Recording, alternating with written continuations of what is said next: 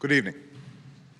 Tonight, I can report to the American people and to the world that the United States has conducted an operation that killed Osama bin Laden, the leader of al-Qaeda, and a terrorist who's responsible for the murder of thousands of innocent men, women, and children. It was nearly 10 years ago that a bright September day was darkened by the worst attack on the American people in our history. The images of 9/11 are seared into our national memory. Hijacked planes cutting through a cloudless September sky, the Twin Towers collapsing to the ground, black smoke billowing up from the Pentagon, the wreckage of Flight 93 in Shanksville, Pennsylvania, where the actions of heroic citizens saved even more heartbreak and destruction. And yet we know that the worst images are those that were unseen to the world.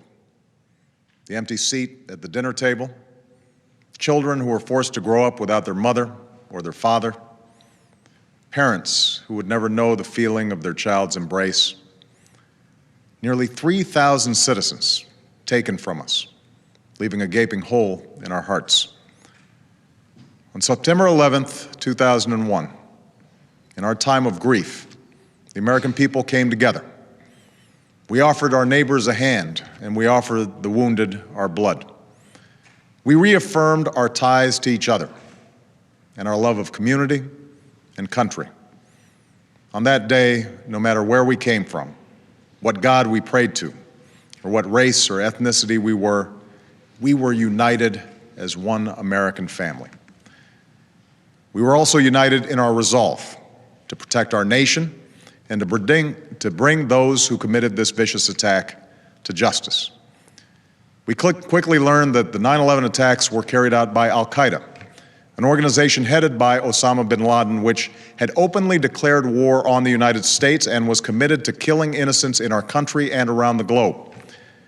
And so we went to war against al-Qaeda to protect our citizens, our friends, and our allies.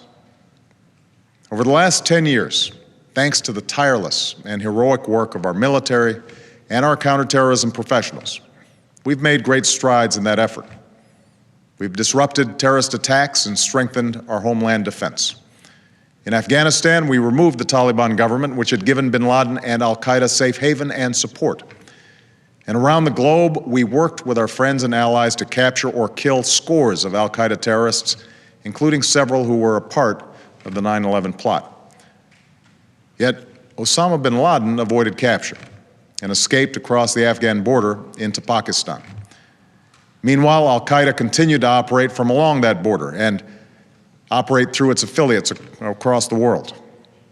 And so shortly after taking office, I directed Leon Panetta, the director of the CIA, to make the killing or capture of bin Laden the top priority of our war against al-Qaeda, even as we continued our broader efforts to disrupt, dismantle, and defeat his network. Then, last August, after years of painstaking work by our intelligence community, I was briefed on a possible lead to bin Laden. It was far from certain, and it took many months to run this thread to ground. I met repeatedly with my national security team as we developed more information about the possibility that we had located bin Laden hiding within a compound deep inside Pakistan. And finally, last week, I determined that we had enough intelligence to take action and authorized an operation to get Osama bin Laden and bring him to justice. Today, at my direction, the United States launched a targeted operation against that compound in Abbottabad, Pakistan. A small team of Americans carried out the operation with extraordinary courage and capability. No Americans were harmed. They took care to avoid civilian casualties. After a firefight, they killed Osama bin Laden and took custody of his body.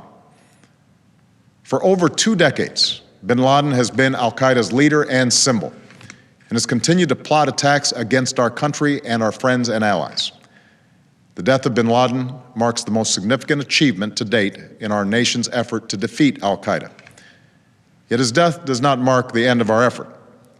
There's no doubt that al-Qaeda will continue to pursue attacks against us. We must, and we will, remain vigilant at home and abroad. As we do, we must also reaffirm that the United States is not and never will be at war with Islam. I've made clear, just as President Bush did shortly after 9/11, that our war is not against Islam. Bin Laden was not a Muslim leader. He was a mass murderer of Muslims. Indeed, al-Qaeda has slaughtered scores of Muslims in many countries, including our own. So his demise should be welcomed by all who believe in peace and human dignity. Over the years, I've repeatedly made clear that we would take action within Pakistan if we knew where bin Laden was. That is what we've done. But it's important to note that our counterterrorism cooperation with Pakistan helped lead us to bin Laden and the compound where he was hiding. Indeed, bin Laden had declared war against Pakistan as well and ordered attacks against the Pakistani people. Tonight, I called President Zardari, and my team has also spoken with their Pakistani counterparts. They agree that this is a good and historic day for both of our nations. And going forward, it is essential that Pakistan continue to join us in the fight against al-Qaeda and its affiliates. The American people did not choose this fight. It came to our shores and started with the senseless slaughter of our citizens.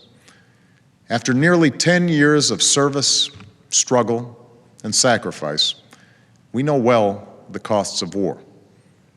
These efforts weigh on me every time I, as Commander-in-Chief, have to sign a letter to a family that has lost a loved one, or look into the eyes of a service member who's been gravely wounded.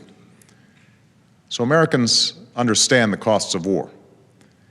Yet, as a country, we will never tolerate our security being threatened, nor stand idly by when our people have been killed. We will be relentless in defense of our citizens and our friends and allies. We will be true to the values that make us who we are. And on nights like this one, we can say to those families who have lost loved ones to al-Qaeda's terror, justice has been done. Tonight, we give thanks to the countless intelligence and counterterrorism professionals who've worked tirelessly to achieve this outcome. The American people do not see their work, nor know their names, but tonight they feel the satisfaction of their work and the result of their pursuit of justice. We give thanks for the men who carried out this operation, for they exemplify the professionalism, patriotism, and unparalleled courage of those who serve our country. And they are part of a generation that has borne the heaviest share of the burden since that September day. Finally, let me say to the families who lost loved ones on 9/11 that we have never forgotten your loss, nor wavered in our commitment to see that we do whatever it takes to prevent another attack on our shores. And tonight, let us think back to the sense of unity that prevailed on 9/11. I know that it has at times frayed, yet today's achievement is a testament to the greatness of our country and the determination of the American people. The cause of securing our country is not complete, but tonight we are once again reminded that America can do whatever we set our mind to. That is the story of our history. Whether it's the pursuit of prosperity for our people or the struggle for equality for all our citizens, our commitment to stand up for our values abroad, and our sacrifices to make the world a safer place. Let us remember that we can do these things not just because of wealth or power, but because of who we are. One nation, under God, indivisible, with liberty and justice for all. Thank you. May God bless you, and may God bless the United States of America.